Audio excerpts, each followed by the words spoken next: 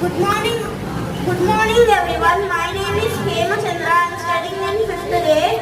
Today I am telling the Kala Bhairavaashtakam.